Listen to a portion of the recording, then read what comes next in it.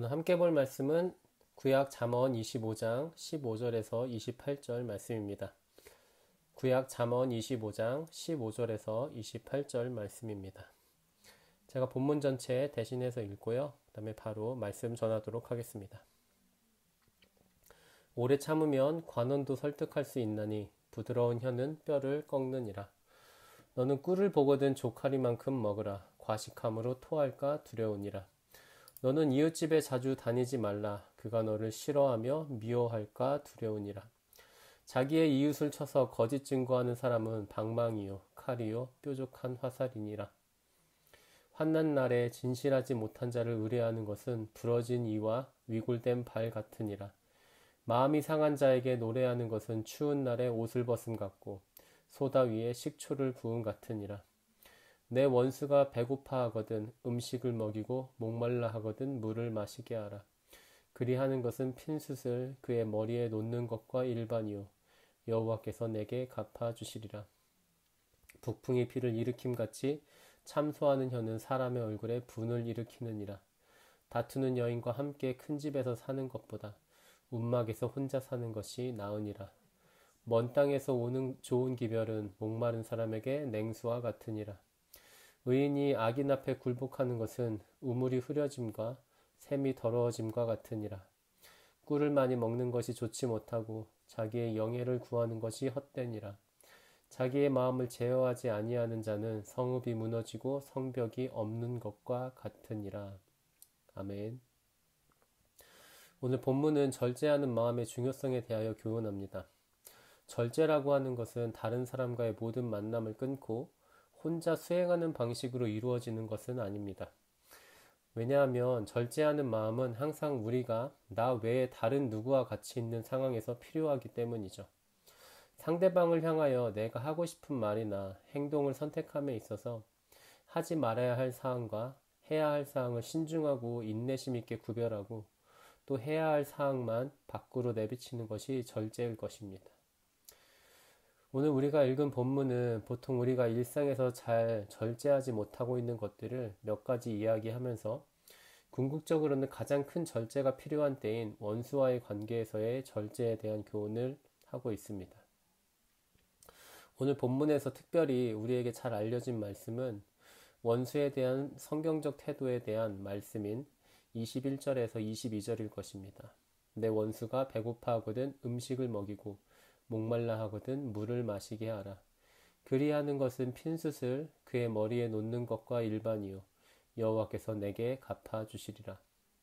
이 말씀은 굶주리고 목말라 하는 원수를 봤을 때 그저 소극적으로 지나치는 것으로 끝나지 말고 오히려 적극적으로 음식과 마실 것을 제공할 것을 말합니다. 그리고 그러한 행위는 원수의 머리 위에 뜨거운 핀숯을 올려놓는 것과 같다고 말합니다. 참고로 머리 위에 핀숯을 올려놓는 것의 정확한 의미는 알기가 어렵습니다. 일반적으로 성경을 해석하는 학자들의 말에 따르면 그것은 크게 두 가지로 해석될 수 있습니다. 첫째는 원수의 얼굴을 화끈거리게 하는 것으로서 원수가 자신의 잘못에 대한 큰 수치심을 갖게 된다는 것입니다. 둘째는 원수가 자신의 잘못을 뉘우치고 변화된 삶을 살게 된다는 것입니다. 뻔뻔하던 원수가 그 전에는 없던 수치심을 갖게 되거나 악한 일을 행하던 마음을 버리고 선한 일을 행하는 마음을 갖게 되는 것 모두 변하지 않을 것 같았던 악한 사람이 변화될 수 있다는 것을 공통적으로 전제하고 있습니다. 21절에서 22절 이 말씀을 이렇게 이해하면 우리는 오늘 본문 15절의 말씀도 자연스럽게 이해를 하게 됩니다. 오래 참으면 관원도 설득할 수 있나니 부드러운 혀는 뼈를 꺾느니라. 이 말씀은 강압적이거나 불의한 요구를 하는 관원에 대하여 오래 참는 모습을 보이면 그의 마음이 바뀔 수도 있다고 말합니다. 그리고 부드러운 혀는 뼈를 꺾는다는 말을 덧붙입니다. 사실 이런 식의 오래 참음은 굶주리고 목말라는 이웃에게 음식과 먹을 것을 제공하려 할 때도 필요한 태도일 것입니다. 원수가 망하고 죽어가는 모습을 보면서 그동안 그에게 당해왔던 온갖 서름들을 토로하고 그가 드디어 받아야 할 벌을 받았구나 라는 등의 말을 할 수 있지만 그런 모든 말과 행동을 참아내고 그에게 음식과 마실 것을 제공해야 하기 때문입니다. 그래서 오늘 본문이 말하고자 하는 것은 원수까지도 변화시키는 절제의 능력입니다.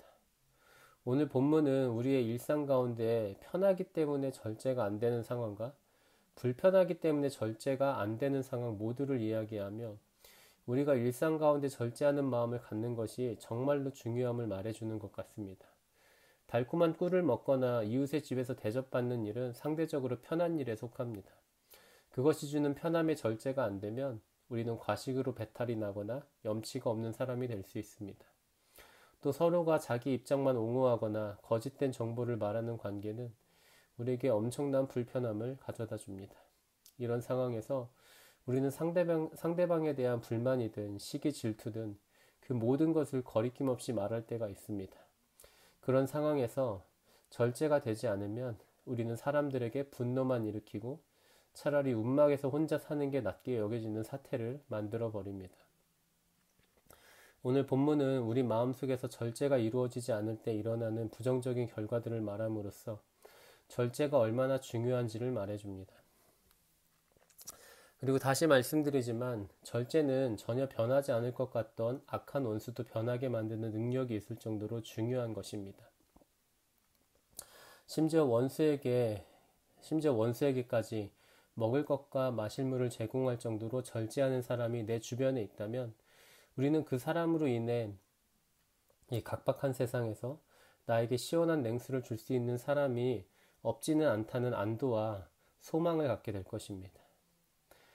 보통 악한 사람들이 하는 삶의 태도를 그대로 따라하는 사람이 아니라 하나님께서 원하시는 절제하는 마음으로 이웃들의 평안한 삶을 돕는 우리 모두가 되기를 원합니다. 함께 기도하겠습니다. 거룩하고 자비하신 하나님 아버지, 지금 우리가 살고 있는 세상은 원수에게는 당연하고 보통의 이웃들이 굶주리고 목말라 할 때도 그들에게 도움을 주지 않는 각박한 곳처럼 느껴집니다. 하나님의 자비하심에 비하면 저희들의 마음은 너무나 좁고 누군가의 작은 잘못도 쉽게 용서하지 못하는 게 사실입니다. 하지만 하나님, 저희들에게 절제하는 마음을 주시기를 원합니다. 죄를 지은 우리를 향한 진노와 심판을